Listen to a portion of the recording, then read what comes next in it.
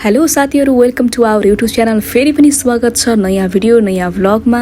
आजको भ्लग विशेष रहनेछ जंगलमा हामी दुईजना लागेर मासु सेक्दै खानेछौँ। हेर्दै गर्नुहोला कस्तो हुन्छ, के लाग्छ, भिडियो प्रतिक्रिया दिनुहोला र च्यानललाई अवश्य पनि सब्स्क्राइब गर्नुहुनेछ भन्ने मैले आशा लिएको छु। अब लागौँ भिडियोतर्फ। हामीले सरसामानहरू यसरी हामीले ल्याएका छौँ। अन्डा खाइरहेको छु। यो यस्तो ठाउँमा बसेर खान त बेग्लै हाल्नु यार। अब म चाहिँ जाँदैछु दाउरा खोज्न। यो चाहिँ अन्डा, यो खाएर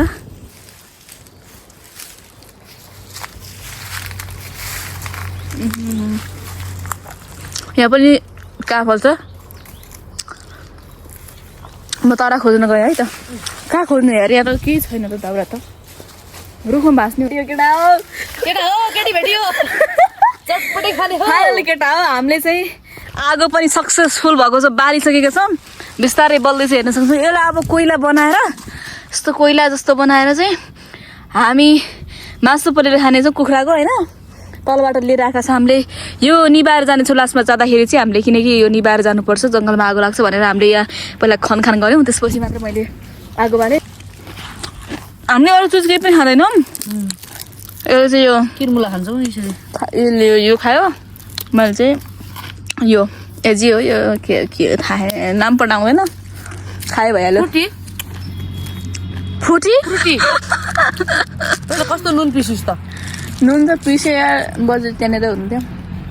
हामीले मासु खानको लागि यो पिसेर ल्याएका छौँ।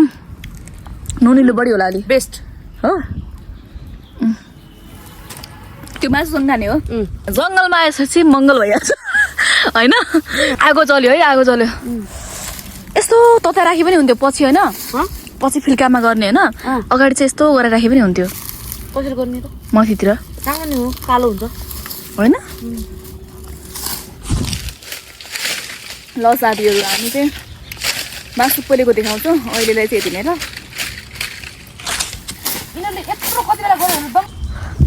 सो गाइस, अहिले चाहिँ हामीले यसरी पकाइराखेका छौँ। पकाइ भन्छौँ, पोलेर राखेका छौँ हामीले यसरी।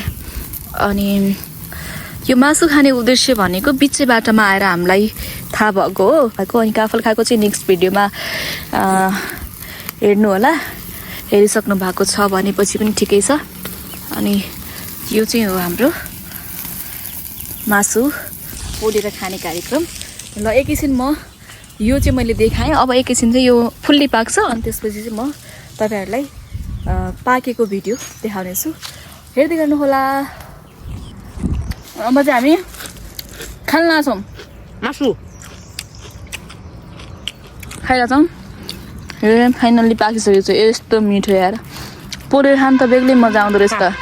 कस्तो लागिरहेको थियो, चराचुङ्गी पोले जस्तो लागिरहेको क्या, होइन।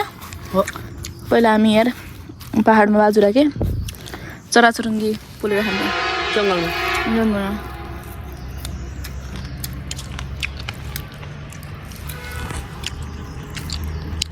खानाका लागि जन्मेका हामी, खानाकै लागि जन्मेका हामी।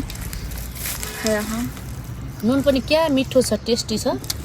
सङ्गीताले पिसेको नुन अनि पोलेको मासु।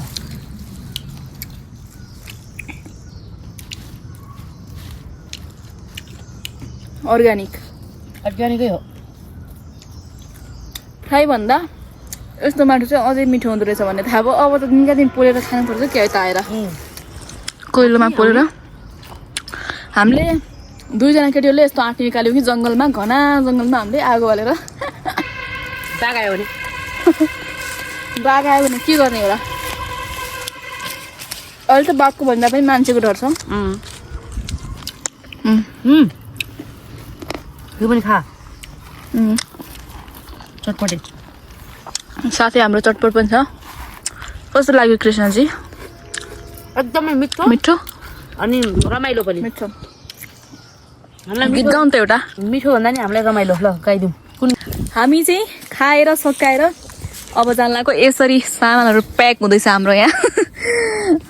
जुत्ताहरू पनि लाउनु छ।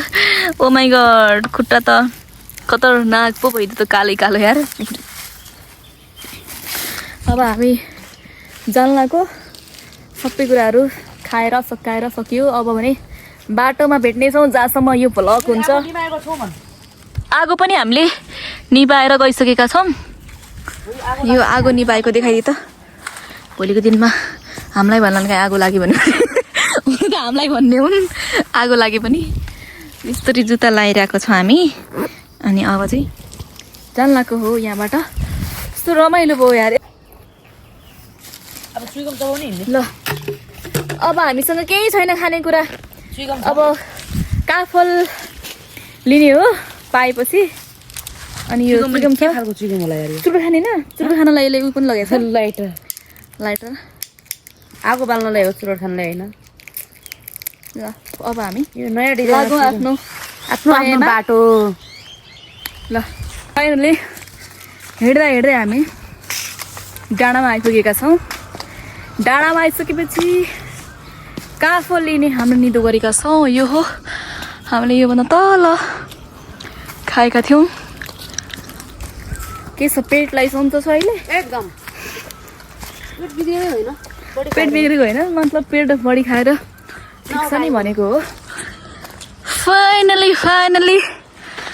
ल हेर्न सक्नुहुन्छ हामी आयौँ। यस्तो रमाइलो यो ठाउँ छ। यहाँ अब 1 घन्टा हामी सुत्छौँ।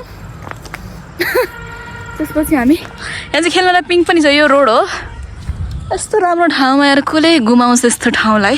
स्वर्ग जस्तो ठाउँ छ यार। म के गर्ने त? माथि जाउँ है। सो हेलो अब हामी ठ्याक्क भासु बेडबाट फर्किँदैछौँ घर। यता छ हाम्रो ड्राइभर। तँलाई मैले ड्राइभर भनेको छु। Mini vlog. यो त यहाँ घाँसहरू त है भाँसुको भिड यस्तो छ देख्न सक्नुहुन्छ। यो चाहिँ भाँसुको भिड। यहाँबाट सेल्ट्री लाइट तल यहाँबाट खस्यो भने मान्छे गायब यस्तो छ। यहाँ आउँदाखेरि चाहिँ एकदम केयरफुल रहनु होला। बच्चा बच्ची आउँदाखेरि यस्तो ठाउँमा चाहिँ नराख्नु होला, अलिक टाढै राख्नु होला। यस्तो छ यो सनसेट। एउटा फोटो पनि खिचेको छैन यार हामीले। खानी डाँडा यो हो खानी डाँडा। फर्किन लागेको हो नि त हामी। यहाँ चाहिँ आलु पोखरा किनिरहेको छ अहिले। यो हो। ल ल ल यस्तो राम्रो केराहरू यार। मौसम कसरी? 150। ल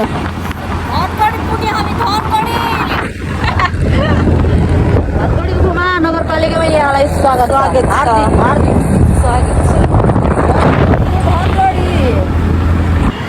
सो हामी पुग्यौँ अब घर। मलाई यहाँनिर छोड्यो अब अहिले। अब जान लाग्नु भएको छ उहाँ। बाई बाई ल बाई दिदी। ल ओके बाई सबैलाई। नेक्स्ट भिडियोमा भेटौँ ल। अहिले नै फिल्म